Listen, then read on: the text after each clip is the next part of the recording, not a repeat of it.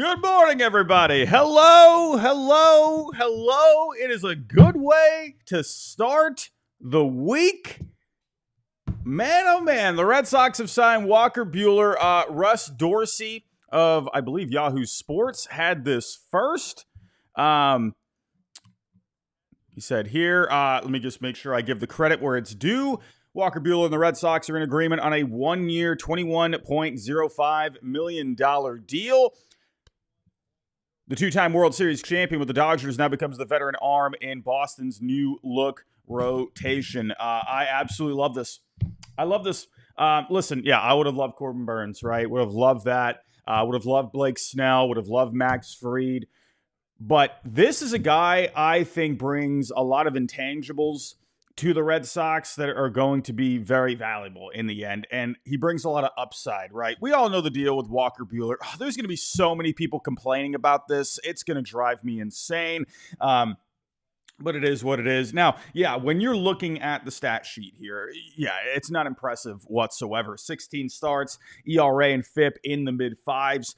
Yeah, these are not great numbers at all, right? But you have to remember with Walker Buehler, just came back from his second Tommy John, which, and I guarantee someone is going to point this out. Someone's going to say it. I'm waiting to see who it's going to be. But remember, the Red Sox also had a guy who had two Tommy Johns who ended up being a big part of the 2018 World Series championship. Can you tell me who that is, ladies and gentlemen? Can you tell me who that was in the chat? Walker Buehler, yes, coming back from his second Tommy John. So, yeah, there's going to be a little bit of rust to work off of. There's going to be some things to work through, some kinks to work out. But then in the postseason, we all saw him, start to get it together a little bit. 4 games, 3 starts, 15 innings, ERA at a 3.60, FIP just right around that. Now, when you take a look at the strikeouts with Walker Buehler, right? Yeah, they have come down a bit, going back to that very good 2021 season. He had right around 9 strikeouts per 9 last year, was a little under 8 per 9. So, but to me, I think this is great because he's going to be going to a newly revamped pitching department with the Red Sox. Andrew Bailey in the fold. I think this is great, man. I think it's going to be a good spot for him to kind of get a fresh start, with all of the injuries he's been having over in, and good. He had a good ending. I'm glad he had a good ending with the Dodgers, right? This is a guy, Dodger fans loved him. And I'm glad he got that ending, getting the final out in the World Series, like to kind of cement his time with the Dodgers, right? But he also just showed you with that final out, striking out Alex Verdugo, for crying out loud. I mean, that's probably the biggest reason you should want Walker Buehler on the Red Sox, because he struck out Alex Verdugo to win the World Series. I mean, what other reason could you want? But yeah, I'm very excited about this, if you couldn't tell. There's a lot of upside with Walker Buehler. A lot of upside, and I think the Red Sox are the right team.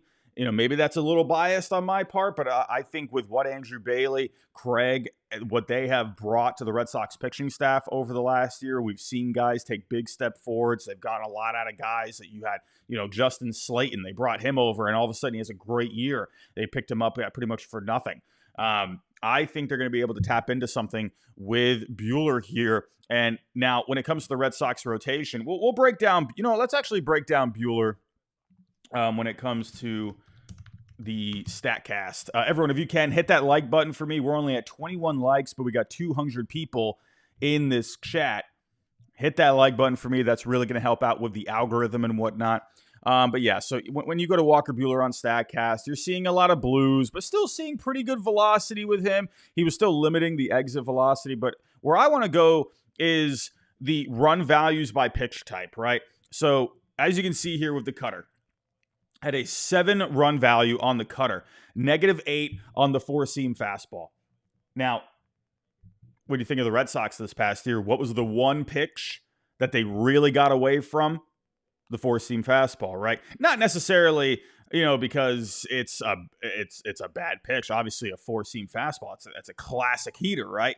But the Red Sox this year, they played to strengths. Garrett Crochet, that's his big pitch, right? He's going to be, tossing freaking fastballs, lightning speed down the middle of the plate, and no one's going to hit it. But when it comes to other guys where their four seamers weren't really getting a lot of results, they weren't very effective. They got away from that with those guys.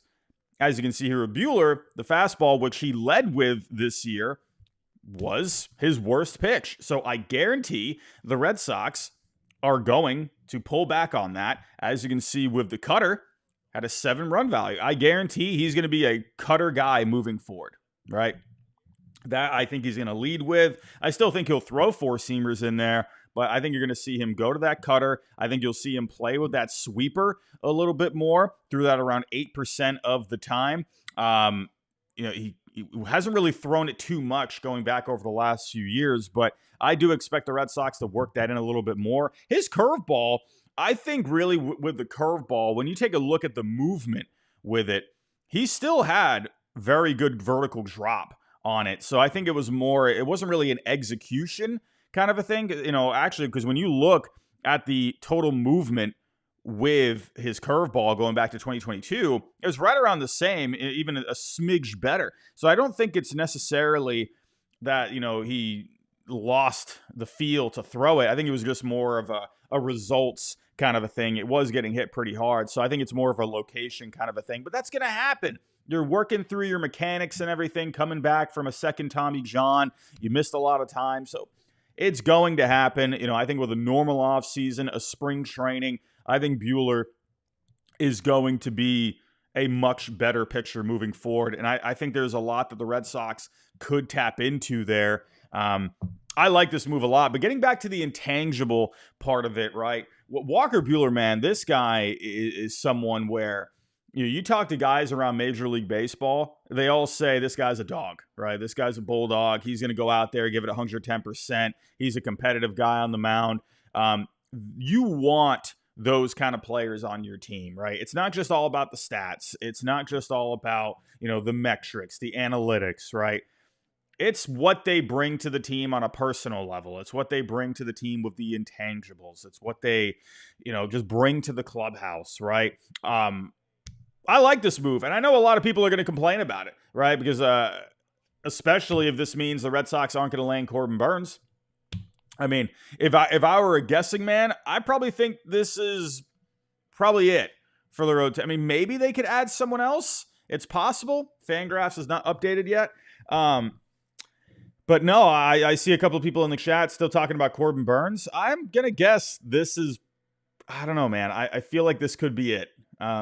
We'll see. I mean, who knows, right? But it's going to be interesting because you have Lucas Giolito coming back for 2025. So it'll be interesting to see what's going to happen with, the back end of the rotation here. Buehler is probably going to be your 4, to be honest. And maybe he's the 3. It doesn't really matter. Guys skip starts, rotation gets switched around and whatnot. So whatever. But kind of going into opening day, I think Buehler's probably going to be the 4. Bayo will be your 3. And then Giolito, I would imagine, who's going to be making a lot of money this coming year. I mean, yeah, he is going to be working his way back from elbow surgery. We'll see how that goes. So who gets the 5th spot, right? I mean, what happens with Cutter Crawford? Is Cutter Crawford going to be the odd man out here? Because in the end, Giolito is getting paid a lot of money. But then you could also think of it from Cutter Crawford. He's got a lot of years of control. So do they put him in the bullpen possibly if Giolito is indeed going to be in the rotation? Or could you possibly move Cutter Crawford in a trade, right? Because, you have a lot of guys here, which is not necessarily a bad thing, but, because it is a little iffy with Gio. But this is a guy where he didn't get Tommy John. He got a UCL brace. So it's a little different. The rehab was shorter for that. I feel like he's going to be a full go for 2025. There's probably going to be a bit of an innings limit. But, when you think about it, Cutter Crawford, he is a guy that could help bring something back, right? But again, it really comes down to what do the Red Sox think of their depth? Because it is valuable to keep someone like Cutter Crawford too. I just wonder if you have a bullpen, if you have a rotation with pretty much 5 names, Crochet, Houck, Bayo, Buehler, Giolito, I mean, you kind of wonder, what do you do with Crawford at that point? Could you maybe package him in a trade? Could you maybe send him as a good piece in a trade to maybe go after you know could they keep adding to this rotation? I think it's possible. Why not? I mean, who knows, right? We've seen the Dodgers; they keep adding pitchers. They got like 10 pitchers over there, and they got adding Blake Snell to an already pretty decent group. Could they keep adding? Sure. If you wanted to, could you put Crawford in a package to say land, maybe Jared Jones, maybe Pablo Lopez, one of those guys. We'll see. I do think it's interesting to see how this rotation will shake out. A part of me thinks there's something else here, but then again, the Giolito aspect is a little interesting. We'll see. Now, when it comes to the lineup, listen, the Red Sox, they have a lot to do. I feel like Craig, in my personal opinion, kind of thinking about it over the last couple of days, it's been pretty quiet. Feels like, and I'm just guessing here, that there is probably a waiting out period here where Craig is sort of assessing the market, sort of looking at what's going on out there. We just had a few things happen, this past weekend, right? The first base market is starting to unfold, starting to wind down there. We just had Sean Manaea go back to the Mets, Jock Peterson going to the Rangers. So you're starting to see some movement here. Could we end up seeing something here a couple of days before Christmas? I would imagine, maybe some guys possibly would like to get something done here by Christmas. I mean, I don't know. Sounds pretty nice to get that done. But you got a lot to do. You got to figure out, what are we doing here with a right-handed bat? Teoscar, Bregman, I think one of those guys make a lot of sense, personally. I think you got to do something there, right? And then what do you do with Yoshida? If you bring in Bregman, is he playing third? Is he playing second? Bregman really, when you think the advantage of Bregman right now, he is a plug-and-play guy. I would rather have him at third base, but if you did bring Bregman in, you could at least just say, oh, he's our second baseman, and then you kind of let the rest of the offseason unfold if he ends up being your third baseman. So, he has that versatility. But there's a lot left to do for the Red Sox. I think it's a great move. It's a high upside move. It's a guy that he's just going to bring just a good competitive nature to this Red Sox team. He's going to bring that competitiveness to the rotation. I think this is going to be a move where it's going to get the other guys in the rotation to step up a little bit. I guarantee people are going to say, wow, Robbie, you're overreacting to this move. I'm really not. I think it's just good, man. Buehler is a guy, just a respected pitcher in Major League Baseball, a guy that's done had a good amount of success in his career. Again, the intangibles. I like that part of him. I think that's going to be really nice. But there's still a lot for the Red Sox to do here. They need a right-handed bat. Teoscar, he's looking for a 3-year deal. I feel like that sounds perfect. The Red Sox, if they don't want to invest in a guy that's going to be too long of a contract, well, and you want a better bat than Nolan Arenado, who also has 3 years left on his deal. I mean, Teoscar is so perfect to me. I just feel like it's only a matter of time. And I honestly feel like, too, when, you see the Dodgers, they're kind of at a holding pattern with him. They're kind of like, okay, we'll do 2 years with you.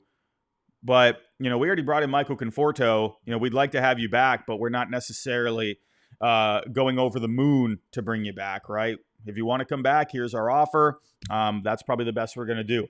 Maybe they could end up upping it slightly, but I feel like the Red Sox, they have a good path for Teoscar unless another team comes in, right? Maybe some other things happen out there.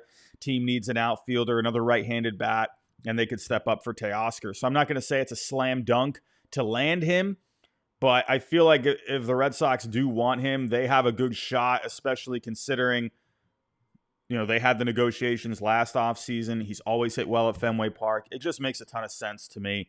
But, kind of getting back to the rotation here, I do think this is going to be it. I don't know, man. I feel like with Corbin Burnes, they wanted Max Fried. They did give a good offer for him. In the end, the Yankees, they just went above and beyond, right? You could say overpaid, but for Max Fried, that's probably what you had to do to get a deal done. If you really want a guy, then you got to do stuff like that. So the Red Sox, they put a good offer out there. I remember reacting to it pretty negatively, thinking, no, the Red Sox offer was weak. And no, it was more, it was weaker than the Yankees, but the Yankees, they did overpay for Fried. So if, Fried ended up getting that, Corbin Burns is going to want the same thing. So if the Red Sox weren't willing to go that, for Burns, then, or for Fried, sorry, then are they going to do that for Burns? I don't know. Unless if he does a short-term deal, which has been rumored over the last couple of weeks, maybe you could see something there. But I'm honestly starting to wonder with Corbin Burns, does he end up taking that Blake Snell route last year where he took the 3-year deal with the opt-out with the Giants? Honestly, I'm starting to wonder, with Burns, who has a home out in Arizona, I wonder, remember how last year we were all on the Jordan Montgomery train? We all really wanted him to come to Boston, and it felt like it could have happened, and it just never happened. And then he ended up going to the Diamondbacks, a team that never popped up in rumors at all. Could that happen, with Burns and the D-backs? He's got a home in Arizona, take a deal with an opt-out. At least he's at home for the next year. He's close to home. And then he just goes back out into free agency next year. I could see that. I really don't want Corbin Burns to be the Jordan Montgomery of this offseason. I just really don't. But I don't know, man. I feel like I could be wrong. I mean, you never know what happens. I would love if they brought in Burns. But I just feel like since they went with a guy on a 1-year deal, a cheaper deal with Buehler, feel like it's probably not going to happen for Corbin. That's just me, though. That's just me. Now, I see people kind of talking about and then also, Doug, Burns to the Orioles, right? I mean, I think the Orioles, I would love him on the Red Sox, but I think the Orioles make so much sense. But Buehler, he got the 1-year deal. I'm seeing people talking about that. So let's actually go here. Jeff Passan, I believe he gave a few more details. Buehler's deal, which is pending physical, includes an additional $2.5 million in performance bonuses, sources said. But there's no option or anything. Listen, everyone, I see people saying, oh, why isn't there an option? Well, what are we doing? Well, hey, he gets to choose where he wants to go, and if he didn't want an option, then okay. I would rather have him on a 1-year deal than nothing. You know what I mean? Like, if he didn't want the option, he didn't want the option, right? Maybe he just wants to go back out into free agency next year. Hey, he's gone through a lot of rehab, man. And if he ends up having a good year, he's taking a bet on himself deal like Teoscar did last year. I think this is a great move for him personally, for his career to try and maximize his earnings, I mean, sure, could you have maybe done some kind of a player option? Maybe, I think that would have been nice. But in the end, if that's what he wanted to do, then I'd rather have that than nothing, So who knows? Maybe he ends up enjoying his time with the Red Sox. We just saw Sean Manaea go back to the Mets. Just saw that happen, right? He did a 2-year deal with an opt-out. He just went back to the Mets on a 3-year deal. So it could happen. Maybe Buehler has a great year, and he ends up coming back to the Red Sox on a similar deal to Sean Manaea. So Jackson, the main focus right now is the Red Sox have a surplus of pitchers. Take one of them. Massa, maybe Wilyer or Casas, and get a stud bat. Yeah, Jackson, I think that makes a lot of sense. I think Wilyer, to me, if you did want to add another pitcher, if you wanted to add one more guy, I think someone like Wilyer could make a lot of sense to go get Pablo Lopez if you wanted to go that route, right? They could use another outfielder out there, in my opinion, or work another outfielder into that mix. I think that could make some sense, right? Or, could you do something with Jared Jones? Jared Jones, to me, I mean, I can't believe the Pirates didn't even want to trade him, but the Pirates, they don't want to spend money. Bob Nutting is ridiculous when it comes to the money. If you wanted to go, try and get some bats for the Pirates, then yeah, someone like Jared Jones is going to bring you back a good package. Maybe you could do something where, I don't know, maybe you do something like Wilyer Brayu, a couple other guys, few other guys to land Jared Jones. I have an inkling. We did have actually a report. We did have a report from the Boston Globe this morning. We had a nice little Monday morning article here And he actually did touch on Jared Jones here. I just lost it. Hold on. Here we go. So he talked about how when the Red Sox landed Garrett Crochet, so this is actually pretty interesting. I really like articles like this. It's like that fly on the wall experience. So he says here, let me zoom in. So he talked about how Garrett Crochet, the White Sox had scouted Kyle Teal, Brady Montgomery extensively and made clear to the Red Sox their interest in both. The Red Sox hadn't offered both in a package, but felt like they'd have a great chance of closing a deal if they did. You know, I'm seeing people out there saying the Red Sox caved for the Garrett Crochet demands, or for the White Sox demands for Garrett Crochet when they didn't land Max Fried. No, they didn't cave. I mean, no, stop it. They didn't cave. You know, because they didn't end up getting Max Fried. They did not cave, right? You have to remember with trades, it should hurt a little bit. It should, right? You have to give up something. It's not going to be always, a win-win trade for just yourself. It has to be a good trade for both sides. That's the point of a trade, right?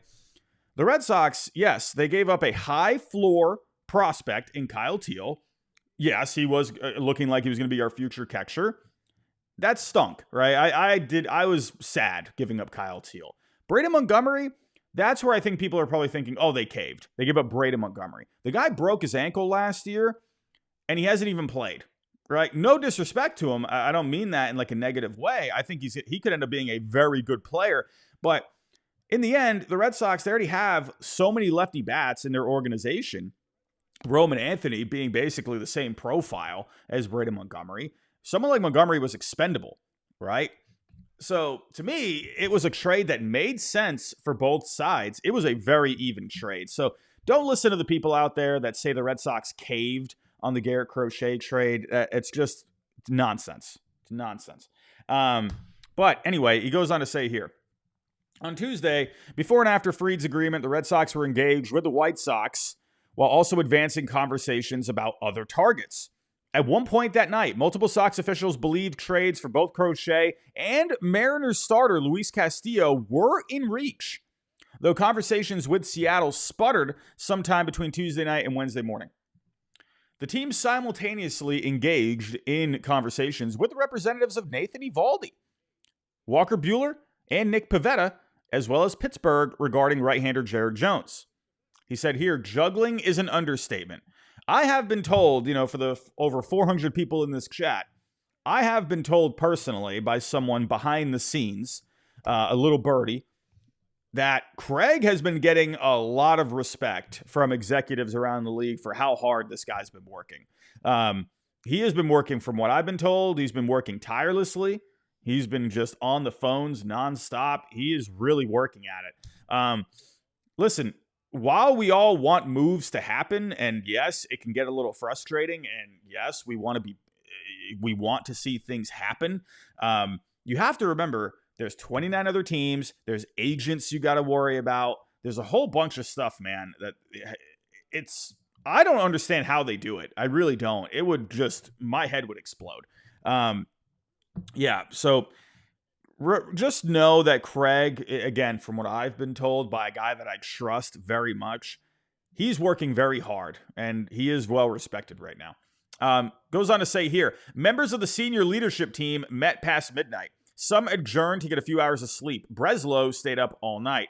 Everybody was working tirelessly, said Breslow. There are periods during the year where that's kind of the expectation. The trade deadline being one of them, the draft being one of them, and sure enough this year, the winter meetings being one. Now, hey, and again, I don't want to say I can relate to that, but when it comes to the channel here on YouTube, my main channel, and then this one that we've just started recently, in a way, like I'm not comparing it. I'm just saying I can sort of see where he's coming from, because I have that time of those years with the channel where I am constantly having to work on, content, going live, right? Whether that's trade deadline, the draft, winter meetings. It's like nonstop sometimes. Sometimes during the year, it's pretty quiet, but then there's certain times, like those events that I just mentioned, it gets ridiculous, and you feel like you're always on alert, you know? I guarantee it is 100 times that when it comes to the front office. So, but again, getting back to this one paragraph, Walker Buehler was mentioned here. So that's where I'm wondering, is this the end or are they going to keep going? Could a trade of Jared Jones happen? I don't think you're going to be bringing back Nick Pivetta at this point. I think now that you got Walker Buehler, who I don't think had the qualifying offer attached to him. I don't think there was a qualifying offer. Was there? I don't think there was. Walker Buehler, where is he? No qualifying offer. So that's a huge win. That's a huge win. So the Red Sox, they still have that draft pick, right? That they will get back for Nick Pivetta. So that's great. That's another big win. That was another big reason for signing Walker Buehler. So again, if I were to lean one way, I probably think they're done with the rotation. But I could be wrong. Who knows? Who knows? Maybe they got some creative ideas up their sleeve. We'll see. I think it could go either way. All right. I think what the Red Sox really need to focus on here is Teoscar or Alex Bregman. And I think it's also, if you did bring in Bregman and you got that draft pick that you will get from Nick Pivetta, I mean, you could use that towards Bregman, who I believe was offered the qualifying offer. He was offered the qualifying offer, so that could happen there. Teoscar was also offered the qualifying offer. So I think, man, one of those guys makes the most sense. We'll see. We'll see, man. I'll say this. The one thing I wonder about, and again, I'm still waiting for an example of what I'm about to say. Willy Abreu was on the promotional poster for the series they have in Mexico. I just wonder, because you're on the picture, is there an example out there of a guy on a picture for a promo and then they end up getting moved? I don't know. I don't know any examples. If someone could find me an example of that, that would be amazing, right? Because I just wonder, because he was on that promo for the Mexico series, is he going to end up staying? I don't know, man. I don't know. But could he be a trade candidate? Sure. Absolutely could. Carter Crawford, got my eyes on him a little bit. I think that's going to be interesting. It's going to be interesting. Genetic, the bobblehead for the Red Sox. What was the bobblehead? What was the bobblehead story again? You're starting to bring my memory back. What was that? Who was the bobblehead? I can't remember. But in the end, guys, I really like this. Embrace. You're saying we don't spend. We just spent $21 million, my friend. That's a lot of moolah. I wish I had $21 million. That's a decent chunk of change, if you ask me. That's a decent amount of money. So I don't think we can say they don't spend. They can spend $21 million. Yeah, I know what you're saying. I know. Oh, no, they need to go out there and spend $200 million on Corbin Burns. Well, in the end, there's a lot of things that go into that. There's a lot of factors that go into that, where you have, how long is the contract? Do you want to sign up for a contract that long? John Henry has always been against those contracts. He's always been against them, right? He's done it a couple of times. Did it with David Price. He did it with the extension with Chris Sale. He did it with John Lackey back in 2010. So he has signed off on those kind of deals, right? David Price being the best example. I don't know, man. I just feel like Burns would have been signed by now. We'll see. What did Chris Cotillo say? What did he say? We are going to wrap things up shortly, everyone. I don't want to keep you all too long. It's the start to your week. Chris Cotillo, what did he say? Can't imagine. Yeah, so I kind of agree with Cotillo at this point. I'm in the same boat. So Cotillo just tweeted out about 7 minutes ago. Can't imagine the Red Sox add another starter now. So they're entered with Crochet, Buehler, Houck, Bayo, Crawford, Giolito, plus Criswell, Priester, Fitz, and eventually Sandoval could always trade someone, but it's suddenly a group that's deep and has a lot of upside. Very correct, Chris Cotillo. Very correct. I do think that is a big one. Could always trade someone. You have a lot of depth at this point, but what kind of makes it interesting is you have Giolito, who's coming back from a UCL, right? Buehler, obviously, you got to, I think Buehler is going to be fine, right? Sandoval will eventually be back late towards the end of the year. I don't know, man. I just wonder, like, could you swap out Cutter Crawford here? I'm not trying to disrespect him. Here's the reason why I always bring up Cutter Crawford as a trade candidate. You all probably think I hate Cutter Crawford. I don't. I bring him up a lot because he's very good. And he has years of control, which means he's valuable. And he's cheap. So he could help bring back something very good, right? That's why I bring him up a lot. I don't want people to think that I'm always trying to get rid of him. It's not that I'm trying to get rid of him. He just is a great centerpiece of a trade to land something that we could use, right? Something maybe for the lineup or, Cutter Crawford, I do like him, but in the end, I really see him as a 4 in the rotation. So, if you were to maybe move him and say a Pablo Lopez trade, something like that, Jared Jones, all right, I think there's more floor with Cutter. I wouldn't mind at all seeing someone that could bring you a bit more ceiling. So that's where I'm at with KC. I don't want people to think I don't like the guy. No, I like Cutter Crawford a lot. He also just seems like a cool dude. That's just me. But we'll see, everyone. We'll see. Buehler, I love this move. There's a lot of upside to it. You're going to have a lot of people complain about it because it's not Corbin Burns, and he had 2 Tommy Johns, even though the Red Sox had Nathan Eovaldi in 2018, who was also coming off 2 Tommy Johns. You're going to see a lot of people complain about it, but I'm here to tell you, no, be happy about this one. This is a good move. This is a guy that is going to bring a lot to the team, just not from a numbers point of view, which I do think the Red Sox are going to get a lot out of him with Andrew Bailey there. I think they're going to get a good game plan going. And, with a normal offseason, normal spring training, I think you're going to see a good year out of Walker Buehler. Hopefully everything stays okay with the health. I mean, that is always a question mark, but I think, he did look good this past year. He got a few innings under his belt, plus the postseason. So I think he got a good amount of work to help vault him to a good season in 2025. So I'm not really concerned about the numbers, really. And I think, again, I just like the dude, right? I think that's a ball player, man. He's the kind of guy. Go watch this guy pitch, man. He's always giving it just 110%. I love what he brings, man. He's fun to watch. He's going to be fun to watch in Boston. I'm excited about it. But everyone, I'm going to wrap things up there. I want you all to go enjoy the rest of your Monday. I got to go pick up some Christmas shopping here. I got stuff to do today. I got to work on a video for the main channel. But if you are new to the channel, think about subscribing. Fenway Faithful, we are relatively new.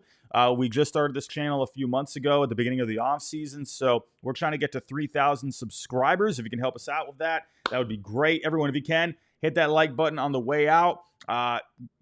Good little early Christmas present. I'm very excited about this. Everyone, go enjoy your day, and I'll talk to you next time.